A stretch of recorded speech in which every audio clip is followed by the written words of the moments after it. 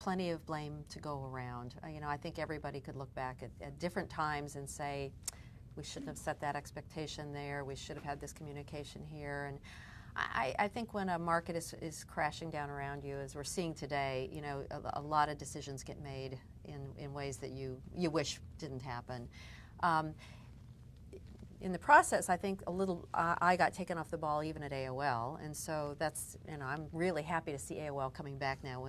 There's a new guy there who's from Google, and it's very exciting, and so it's great for this community to see that company come back. But it was a loss to this community, I think, to have AOL's attention shift to New York for such a long time, because I was very proud of what we had done here in terms of making AOL a real player in the philanthropic community, a real player in the heart and soul of this community, bringing it together around some of the big issues. And so I'd like to see some of that come back. This is a great community in terms of the way it's kind of all drawn together around making some pretty serious commitments to not just Virginia, not just Maryland, but as a tri-state region. So, and one thing you shared earlier when you went to AOL, there was another guy who you were working with who turned down the job and said you'd be perfect. How does he feel about in retrospect? Well, the day the stock hit 100, his wife called me. Said, geez, you should have made Don take that job. Yeah. He's done fine. He's been at Discovery, and he's done a lot of great things with his career. So, a lot of great people have come out of AOL and done some amazing things in this community as well. So I think the legacy is very good. I think you're right. I think there's an incredible legacy there. These incredible people have gone on and done amazing things, right? Which seems to be very strong in the philanthropic place. Yes. And Christina, my best friend, and I talk a lot about philanthropy. We feel that you can sometimes know you're really successful when you have the ability, the time, and the resources to be philanthropic. So let's talk about moving over to the social responsibility side of the world, because that was a new opportunity which created new paths for you. Right. So how were you chosen? Why did you take it? And what did you see your role to be?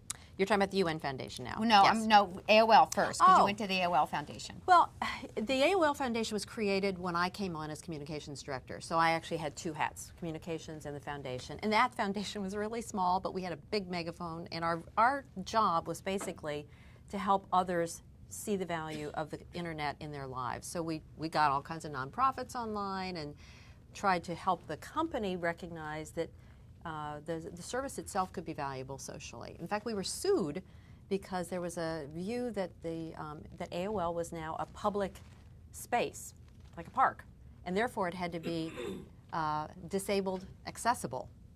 And hearing challenged people and sight challenged people couldn't use it. And so we had a lawsuit from the deaf who claimed that they couldn't use AOL in the same way that everybody else.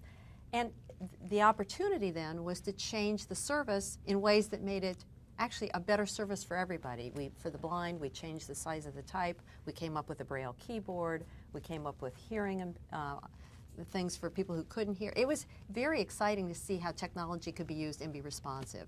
So that was a really interesting time. It didn't have to do with philanthropy as much as it had to do with best practice and using the company for socially good values. That's always what I call the who knew. I mean, sometimes we don't think, but that was really a great opportunity. Right. It was a learning experience. So you made the shift. Did the suit go forward, or you made the shift willingly? And suit went forward, but because we took all these steps, we actually came out of it just fine, and we came out of it even better. So that was kind of a smart learning that sometimes these things are opportunities if you can see them that way, and not just see them as who are these people and why are they giving us this trouble. So being with the AOL Foundation was really exciting, and we had a lot of opportunities. We made the digital divide our focus. How do we get everybody online? How do we make it accessible to everybody?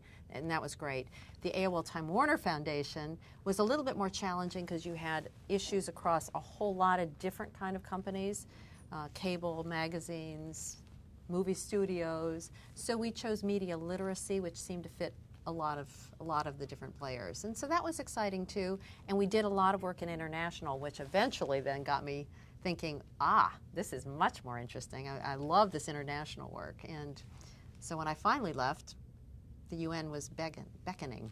So when you left, did you leave knowing you were going to go to the UN, or did you take a step out and take a break for a while? What did you do? Well, so I'm like one of those people that, on those charts where you say don't do 10 things at once. They add up to a disaster. So I was ending my marriage, ending my job, moving. So all of this took place in one summer. But in my case, that was sort of how it needed to happen. And I didn't think I was ready to leave the job till I was leaving the marriage, and I realized it was time for a change. I was commuting back and forth to New York. It was hard, and it was time. So I thought, well, I'll just leave and see what comes up next. I'm just going to wait and see. And within a month, I ran into the president of the UN Foundation, Tim Worth, former senator, and we were at a Fortune conference, and he said, so what are you doing? And I said, well, I don't know. And he said, I have a chief operating officer position open, and I hope you'll come take it. I need another grown-up. And I'd known him for years. It was a perfect combination. I loved what the foundation was trying to do, setting up public-private partnerships for people so that they could work together in support of global issues. I thought it called on all my skills. We do lobbying for the UN and the Congress, called on those skills, and just felt like a really great place to go. Let's take a step back, and I want to talk about your divorce just a little bit. One, I want to talk about this because you and your husband are both very public figures, and you were married for a long time. And I know that, and we can edit anything out here we want. So, but one of the things is that, how did you handle that? I mean, it's really difficult when you're a public figure, married to somebody who's also a public figure, to step out and say, and it's not why you divorced, but it's how do you handle, that's a perfect storm. You've had a couple of perfect storms in your life, and here was one where a multitude of life changes were occurring. Your children were getting older, you're leaving OL, you're leaving your marriage, and you've got to go find this next great path, which came quickly for you, but how did you manage through all that? I imagine it was very difficult. Well, I think divorce is never easy for anybody. In our case, we've actually stayed friendly. We had created a foundation together, and I stayed on the board. I stayed engaged in it. I believe in what Art's trying to do with it. So that kept us engaged at a significant level that was important to both of us and important to our kids, frankly. We just needed not to be together. So, but taking a separate path is tricky. I've done a pretty lousy job of the rebranding. I'm sometimes Kathy Bushkin. I'm sometimes my new married name. These things are all evolutionary, I find. So that was 7 years ago now, so 6 years ago. Yeah, it's interesting. It's rebranding. I thought that was really interesting how, things we do in our work, we rebrand ourselves, but it's really true. I had to do that. I mean, you're rebranding, and I think that's true when you go through a divorce or you change your career. You have to rebrand yourself because you're now in a new role, a new position. I think that's really insightful. We've had so many great lessons from you today. So let's talk about... My life is made up of lessons. You're a book. Are you going to write a book? No way. I'm in Edie Fraser's book. That's good enough. Okay, all right. Yeah, that's true. Edie's here, and you are in Edie's book. Let's talk a little bit about what you're doing. I mean, one thing, and Edie said to me, I'm here today because Kathy is the epitome of giving. She said, you've really shown the way. So let's talk a little bit about philanthropy and giving and what you're doing at the United Nations and working for an organization, quite frankly, who gets a lot of criticism. It's true. So let's talk a little bit about those things. Yes. So my dad said, first you did AOL, and now you're doing the UN. I don't get it. You keep taking these challenges on. It's fantastic. And, I want to say one thing about giving. Edie's written this book called Giving While You're Living, which I think is a really great insight that all of us have kind of gone through, that it's not this thing you save till the end of your life. I grew up with a mother who was the all-time great volunteer, and that was kind of the model we all had, or some of us had at any rate, of a mother who devoted some time, and it was the charity thing to do. I'm really intrigued by how people are making giving and giving back and being part of the community part of their lives, whether it's through their law firm or through their personal lives or through what they do with their families. I just think we're living in a really significant time. Kids put that stuff on their Facebook. It's exciting to me, and so I'm excited to be part of it and doing it professionally, but also to know that there's this whole background of the way we get to that place in our lives. So I'm really lucky that I get up every morning and go to an organization that I think is doing great work and is giving back in a significant way. The foundation was created 11 years ago by Ted Turner.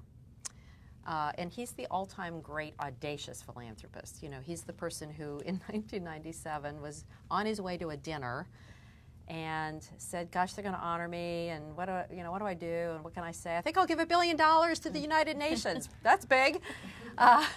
And his goal was, frankly, because the U.S. was $1 billion in arrears. We weren't paying our dues because we were mad at the UN for some good reasons, some not good reasons. But at any rate, great nations pay their bills, and we should have been paying. Ted said, I'm going to pay that $1 billion and then sue the U.S. government to get my money back. That's the most unique philanthropy I have ever heard. Yes. So I give it to you and I'm going to sue you to get it back. Yeah. So it turned out you can't do that. So his lawyers said, "Phew, that's good." Then he said, well, I'll just give $1 billion to the UN. I really love the UN. Well, it turns out at that time you couldn't as an individual. If you were Finland, you could, but you can't give $1 billion as a U.S. citizen to the UN. Again, his lawyer said, that's good. And he said, but you know what? I'm really committed to doing this now. I guess he said he went to sleep and thought, oh, good, I can sleep. But he said, I didn't sleep well. And I got up the next morning and said, I still need to figure this out. So his lawyers came up with the idea that you can give it to a foundation that will in turn be able to support the UN through grant making to its causes, through advocacy, and building public-private partnerships. So that is our mission. And so he went to see the Secretary General, Kofi Annan, and said, I'm giving $1 billion. Kofi about fell off his chair, thought he heard $1 million, when he realized it was $1 billion. So that was 11 years ago. And Ted, God bless him, has kept his money in cash. So we are still working on his $1 billion. We get $50 million of it a year. For a while it was $100 million. It was going to be originally a 10-year deal. You know, Spend it. He didn't believe in this in perpetuity thing. You know, the problems are huge and they're urgent. Let's get to them. But $100 million a year is a lot of money to program and to do effectively and to do well. So 3 years in, our board, which is very wise, it's Mohammed Yunus and it's Gru Brundtland and Andy Young, a lot of people that you've heard of, said, you know, slow it down, Ted. Give them $50 million a year and challenge them to find some other people to match your money. Your money ought to be leveraged.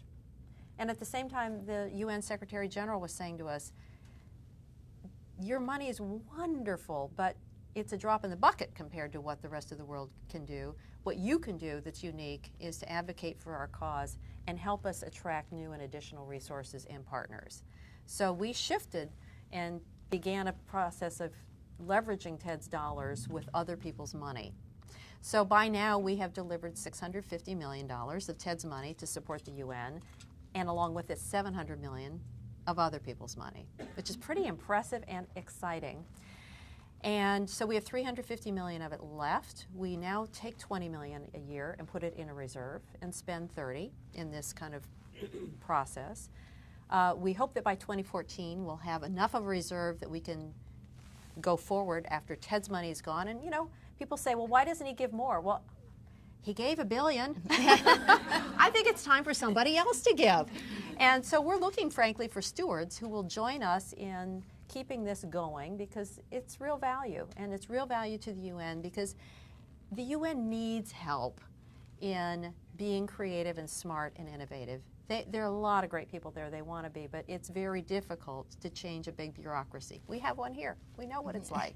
So that's an exciting opportunity. So we have partnerships across the board, and I'd be happy to talk about some of them, but it's been a really exciting opportunity to see an institution up close that has flaws but has a mission that we all know has to be supported. You know, there is no other place for international cooperation around the world. There is no other place that deals with problems without passports, as Kofi Annan called them.